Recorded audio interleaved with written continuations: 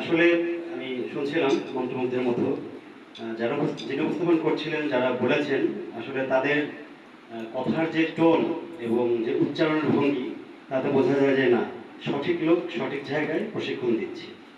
এটা আমার জন্য একটা বড় পাওয়া। আমি এর আগে মুন্সিগঞ্জের গজারিয়া উপজেলাতে ছিলাম। সেখানে শিল্পকলাটি খুবই আসলে রুগ্ন এবং ভগ্ন শীর্ণ দশার মধ্যে ছিল।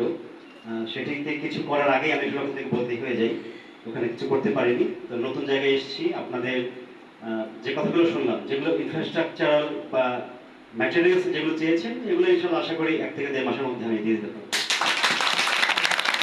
আপনাদের সম্মানের যে বিষয়টা, এটা আমি একটু আইন কানুন দেখি।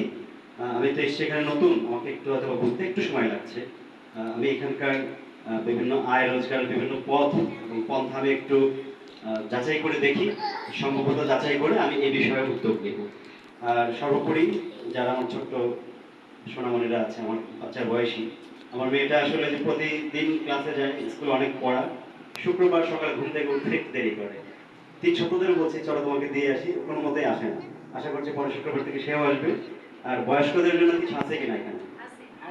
আমাকে একটু ভর্তি করে নেবেন, আমি একটু একটু সুন্দর করে কথা বলা এবং একটু যদি গানের রেওয়াজ বা কি বলে আপনাদের ওই যে সারগাম যেটা আছে, এটা যদি আমাকে শিখিয়ে দেন, আশা করি আমিও ভবিষ্যতে কোনো প্রোগ্রামে পারফর্ম করতে পারবো।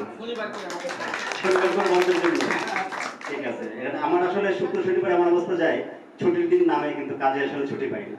এই জন্য হয়তো বা সবসময় আসতে পারবো না, কিন্তু আমি চেষ্টা করবো, যেহেতু বাসা আমার কাছে একেবারে এই ক্যাম্পাসের মধ্যেই, আমি এখানে অ্যাটেন্ড করার চেষ্টা করবো। সর্বোপরি ছোট্ট সোনামণি যারা আছো, তোমরা প্র্যাকটিস করো।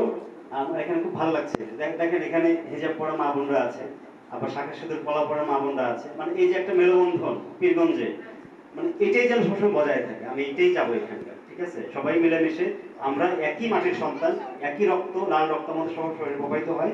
আমাদের মধ্যে যেন কোনো সাম্প্রদায়িক যে সংকীর্ণতা, এটা যেন না আসে। এই শিল্পকলা আমাদের যেন সেই সংকীর্ণতা দূর করতে পারে, আমি সেই মানে কামনাটাই আমার মনের মধ্যে জাগ্রত থাকুক, এটাই চাই সবার মধ্যে, সেটাই থাকি, সেটাই চাই। সবার সুস্বাস্থ্য কামনা করে আজকে মতো সেখানে শেষ করছি।